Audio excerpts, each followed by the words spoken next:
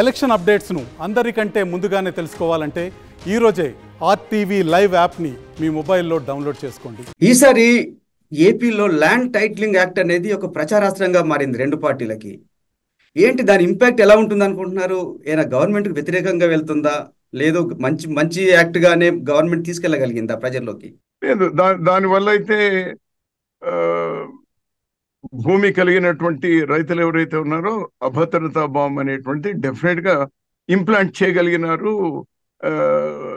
కూటమి పార్టీలకు సంబంధించినటువంటి వాళ్ళు అది ఇంప్లాంట్ చేయగలిగినారు. It was too late for the ruling party to come out from that. అది కూడా కొంత ఉంది, ప్రభావం ఉంది తప్పకుండా. ఓకే, సరిగ్గా ఎన్నికలకు ఒక 6 నెలల ముందు స్కిల్ డెవలప్మెంట్ కేసులో చంద్రబాబు నాయుడిని అరెస్ట్ చేశారు. దానివల్ల టీడీపీకి ఏమైనా సానుభూతి పెరిగి ఓట్ల శాతం పెరిగి విజయ అవకాశాలు పెరిగే అవకాశం ఏమైనా కనిపిస్తుందా మీకు? అది నాకు తెలిసి బీజేపీ ప్రమేయం లేకుండా, బీజేపీ అనుమతి లేకుండా, నేను అవాళే చెప్పినాను, నేను చంద్రబాబు నాయుడు గారు అరెస్ట్ అయిన రోజే చెప్పినాను, వాళ్ళ అనుమతి వాళ్ళు ఇది లేకుండా జరిగి ఉండదు, జరగదు కూడా. బీజేపీ వాళ్ళు ఎంత బరిదగించినారంటే ఈ 3 పార్టీల్లో ఎవరు గెలిచినా మా ఖాతాలోకే పడుతుంది కదా, మాకేమైనటువంటి దానిలో అటు వాళ్లను సంతృప్తి పరిచే పరిస్థితి, వీళ్లను సంతృప్తి పరిచేటువంటి పరిస్థితి, ఆ విధంగా చేస్తున్నారు. మొత్తం వీళ్ళ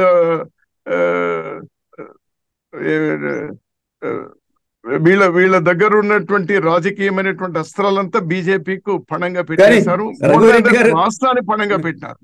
మీరేమో బీజేపీ అనుమతితోనే, బీజేపీ ప్రోద్బలంతోనే చంద్రబాబును అరెస్ట్ చేశారని మీరు అన్నారు.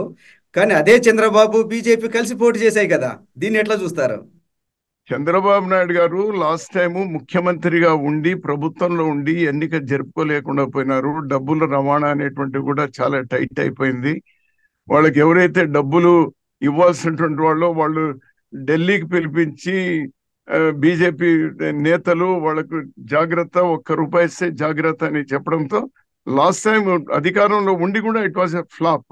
సో నేను ఎలక్షన్ జరుపుకుంటే చాలు అనేటువంటి దీంతో భయపడి వాళ్ళతో చేతులు కలపడం తప్పనిస్తే దాన్ని రాజకీయంగా అతని లాభమా నష్టమా అనేది రేపు ఎలక్షన్ల తర్వాత తెలుస్తుంది. ఎందుకంటే మైనారిటీస్ ఇవన్నీ కూడా ఉన్నాయి కదా, అవి ఎట్లా ప్రభావితం అవుతాయి అనేటువంటిది చూడాలి. కేవలం ఎలక్షన్ జరుపుకోవడానికి కోసం భయపడి బీజేపీతో కలిసినారు అనేటువంటి నా అభిప్రాయం.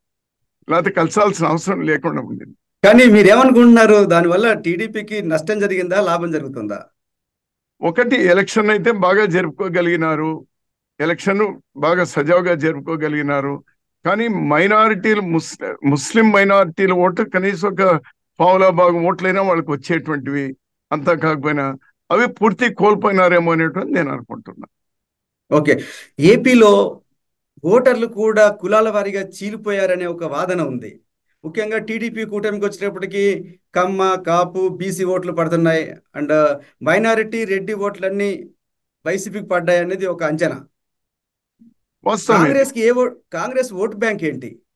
100% కాకపోయినా మీరు చెప్పిన దానిలో major chunk of the section votes ఏవైతే ఉన్నాయో మీరు చెప్పింది పర్ఫెక్టే.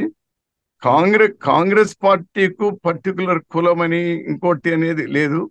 అదే ఎంపీ వరకు వచ్చేటువంటి వాళ్లకు దేశంలో ఉన్నటువంటి పరిస్థితులు చూసిన తర్వాత ముస్లిం మైనారిటీలు ఎంపీకు క్రాస్ ఓటింగ్ జరిగింది అనేది అంటా ఉన్నారు. అది ఎంతవరకు కరెక్టు మేము కూడా అనుకుంటున్నాం. మాకు ఎమ్మెల్యేల కంటే ఎంపీకు కొన్ని ఓట్లు ఎక్కువ వస్తాయని నేను కూడా విశ్వసిస్తా ఉన్నా. అంటే ఓట్లు ఎక్కువ వస్తాయి అనే వరకే మీకు ఆశ ఉందా? గెలుస్తామనే ధీమా కూడా ఉందా? గెలుపు ఇంతకు ముందు చెప్పినారు కదా, ఏదైనా 1-2 అసెంబ్లీలు, ఇఫ్ ఎవ్రీథింగ్ గోస్ వెల్, ఈ డబ్బు అనేటువంటి పని చేయకపోతే అది జరుగుతుందేమో చూడాలి. లేదు, MP parliament, Kadapa parliament cross voting బాగా జరిగింది అని అంటున్నారు. ఇంకా కొంతమంది సీనియర్లు కూడా పోటీ చేస్తారు, అక్కడ కూడా ఈ క్రాస్ ఓటింగ్ జరిగి ఏమన్నా అంటున్నారా? కానీ మీరు అంత సీనియర్ నేత, రాష్ట్ర అధ్యక్షుడిగా పనిచేశారు, ఎందుకు యాక్టివ్ పాలిటిక్స్ లోకి దూరంగా ఎందుకు ఉండాల్సి వచ్చింది? యాక్చువల్గా నేను రాజకీయాల నుంచి రిటైర్ కావాలని అనుకున్నాను. అంటే సుదీర్ఘకాలం చేసాము, అన్నీ చేసినాము. Let youngsters take a seat అని అనుకున్నాము. రాహుల్ గాంధీ గారికి ఎప్పుడైతే మరీ అమానుషంగా అతని కేసు నింద మోపి కేసు వేసి జైలు శిక్ష పడేట్లు చేసి సభ్యత్వాన్ని ఇచ్చేసి అది ఇల్లు కూడా ఖాళీ చేయించి అది నిజంగా ఈ దేశానికి ఇంత త్యాగం చేసినటువంటి కుటుంబానికి ఇది కరెక్టా అనేది అనుకొని నేను నా రిటైర్మెంట్ నేను పోస్ట్పోన్ చేసుకున్నాను. రాష్ట్ర విభజన కారణంగా ఆంధ్ర ప్రజలు కాంగ్రెస్ ని శిక్షించారు. ఎప్పటికైనా కాంగ్రెస్ ని వాళ్ళు క్షమిస్తారా? ఎప్పటికైనా కాంగ్రెస్ కి పునర్వైభవం వచ్చే అవకాశం ఉందా? తప్పకుండా ఉంది బ్రదర్. ఎట్లా అంటే ఢిల్లీలో కాంగ్రెస్ తో కూడిన ప్రభుత్వం రావాలి, ఇప్పుడు వస్తుంది అనేటువంటి ఒక ఆశ. It may be my wishful thing. బీజేపీకి 220కి మించి రావు అనేది మొన్న కూడా ఢిల్లీకి వెళ్ళినాను. 220, 230 మించి రావంటున్నారు. ఆ నేపథ్యంలో ఇంకా మిగిలినటువంటి పార్టీలన్నీ కూడా కలిపి కాంగ్రెస్ కు ఎన్ని వచ్చినా కూడా కాంగ్రెస్ తో కలిపి ప్రభుత్వానికి వస్తుంది. Congress first signature will be for special category status అనేది పదే పదే చెప్తూ వచ్చాం. ఎలక్షన్ మేనిఫెస్టో, కేంద్ర ఎలక్షన్ మేనిఫెస్టోలో కూడా ఉంది. అది వచ్చిన తర్వాత ఒక్కసారి కేంద్రం నుంచి ఇక్కడ రాష్ట్ర విభజన ద్వారా స్టేట్ కి ఏ విధంగా మేలు జరిగింది, పోలవరం ప్రాజెక్ట్ పూర్తి చేసి నిలువన్నీ చేసిన తర్వాత తప్పకుండా కాంగ్రెస్ ఇక్కడ స్టార్ట్ అవుతుంది అనేది, ఓట్ బ్యాంక్ పెరుగుతుంది అనేటువంటిది నాకు సంపూర్ణమైనటువంటి విశ్వాసం ఉంది. ఓకే, రాష్ట్రంలో వైఎస్ రాజశేఖర రెడ్డి గారి అబ్బాయి జగన్ సీఎం గా ఉన్నారు. కాంగ్రెస్ వ్యూహాత్మకంగా రాజశేఖర రెడ్డి గారి కూతుర్ని ఒక అస్త్రంగా వాడుకుందా? అది కరెక్ట్ కాదు. బెటర్ లేట్ దాన్ నెవర్ అంటారు. కాంగ్రెస్ కుటుంబం వాళ్ళది. నేను కూడా జగన్మోహన్ రెడ్డి గారికి ఆ రోజు, అయ్యా నిన్ను ముఖ్యమంత్రి చేసే వరకు మేము భుజాలు కాస్తాం, నువ్వు కాంగ్రెస్ లో కొనసాగు అని చెప్పినటువంటి వాడిని. జగన్మోహన్ రెడ్డి ముఖ్యమంత్రి కావాలని మొట్టమొదటి రాష్ట్రంలో చెప్పినటువంటి వాడిని నేనే. ఆమె రావడం అనేది కూడా ఏం చెప్పొచ్చింది, రాహుల్ గాంధీ గారిని ప్రధాని చేయాలి అనేటువంటి మా నాన్నగారి ఆ కళ అట్లనే నిలిచిపోయింది. అందులో ఈ రాష్ట్రానికి ప్రత్యేక హోదా ఇవ్వడంలో 10 ఏళ్లలో కేంద్ర ప్రభుత్వం మోసం చేసింది. అవి సాధన కోసం అని అన్నారు. It's a good thing. దానివల్ల మంచి జరుగుతుంది అని అనుకున్నాం. చూద్దాం వాట్ హ్యాపెన్స్. కాంగ్రెస్ పార్టీ సిద్ధాంతాలను, మేనిఫెస్టోను పక్కన పెట్టేసి వ్యక్తిగత విషయాలు, కుటుంబ విషయాలకి ఎక్కువ ఇంపార్టెన్స్ ఇచ్చారు. ఎందువల్ల?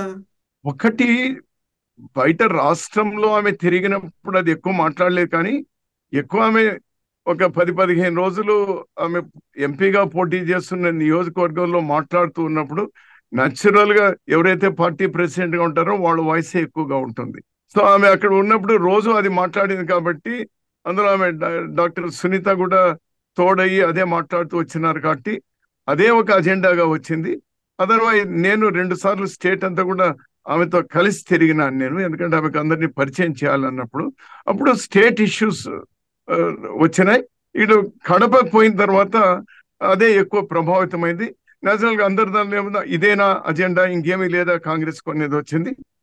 అట్లా కాదు, మిగిలినటువంటి క్యాండిడేట్లు, మిగిలినటువంటి లీడర్లు, రాష్ట్రానికి సంబంధించినటువంటి ఇష్యూలు ఇది ఉంది.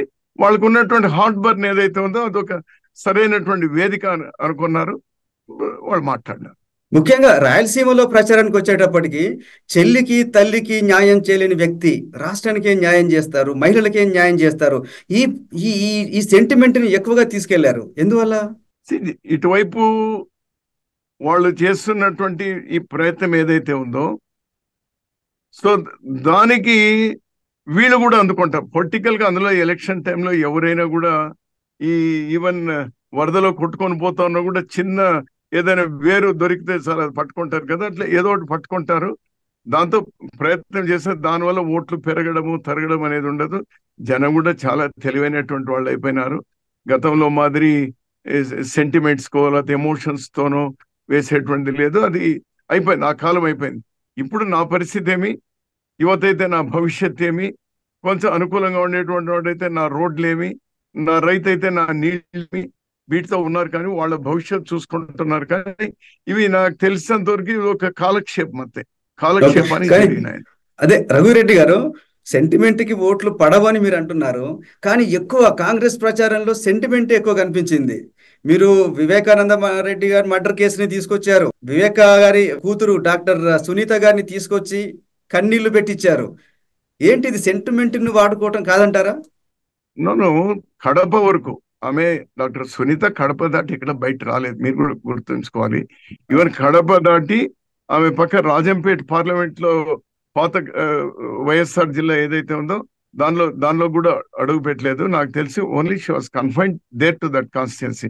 ఆ కాన్స్టిట్యున్సీ వరకు వాళ్ళు తప్పకుండా ఏదైతే వాళ్ళు చెప్తున్నటువంటి నా మాట కాస్తమా, వాళ్ళు చెప్తున్నటువంటి ఆ రోజు వివేకానంద రెడ్డి గారు ఇది మన ఫ్యామిలీకే ఉండాలి పార్లమెంటు, నువ్వైనా పోటీ చేయాలి నేనైనా చేయాలి అనేటువంటిది, ఆ విధంగా వాళ్ళు అతని మాటను నిజం చేయాలి అనేటువంటి దీంతో తీసుకున్నారు. కానీ ఆ సెంటిమెంట్ తో ఏదో జరుగుతుందని నేనైతే అనుకో. అంటే మీ అంచనా ఏంటి? ఇది వివేకానంద రెడ్డి మర్డర్ కేసు ఎక్కువగా జగన్ మీద ఒక అనుమానాలు రేకెత్తించేలాగా మాట్లాడారు. నిజంగా ఇదేమన్నా జగన్ కి వ్యతిరేకంగా పనిచేసే అవకాశం ఉందా? డెఫినెట్ గా ఇక్కడ క్రాస్ ఓటింగ్ అని ఏదైతే మా వాళ్ళు చెప్తా ఉన్నారో, మా తులసిరెడ్డి గారు అయితే చాలా గట్టిగా అతను ఎంత నమ్ముతా ఉన్నాడంటే క్రాస్ ఓటింగ్ బ్రహ్మాండంగా జరిగింది. అటు టీడీపీ నుంచి జరిగింది, ఇటు జగన్ పార్టీ నుంచి కూడా జరిగింది. ఏమి బిడ్డకు ఒక ఓటు కొడుకు ఒక ఓటు వేద్దామనేటువంటి పులివెందుల్లో కూడా అనుకుంటా ఉన్నారు. ఈ విధంగా జరిగింది. ఇది గెలుపు వరకు వెళ్ళేటువంటి ఆస్కారం కూడా ఉంది అని చెప్పేసి మన తులసిరెడ్డి గారు నాతో 2-3 సందర్భాల్లో చెప్పినారు. అంటే ఒక కడప వరకు ఒకటే కాకుండా రఘువీరెడ్డి గారు, ఓవరాల్ గా రాష్ట్రం మొత్తంలో ఓటింగ్ మీద దీని ప్రభావం ఉండే అవకాశం ఉందా? కొన్ని పాకెట్స్ లో, కొన్ని ఫ్యామిలీస్ లో, కొన్ని సెక్షన్స్ లో ఉండొచ్చు. కానీ గెలుపు ఓటముల్ని డిసైడ్ చేసేంత ప్రభావం అది ఉంటుంది నేనైతే అనుకోవడం లేదు. ఎందుకంటే దేర్ ఆర్ అదర్ థింగ్స్ ఈ ఎలక్షన్స్ అదర్ థింగ్స్. మరిన్ని వీడియోస్ కోసం ఛానల్ ని సబ్స్క్రైబ్ చేయండి, లేటెస్ట్ అప్డేట్స్ కోసం వాట్సాప్ ఛానల్ ని ఫాలో చేయండి, అండ్ లింక్ డిస్క్రిప్షన్ లో ఉంది.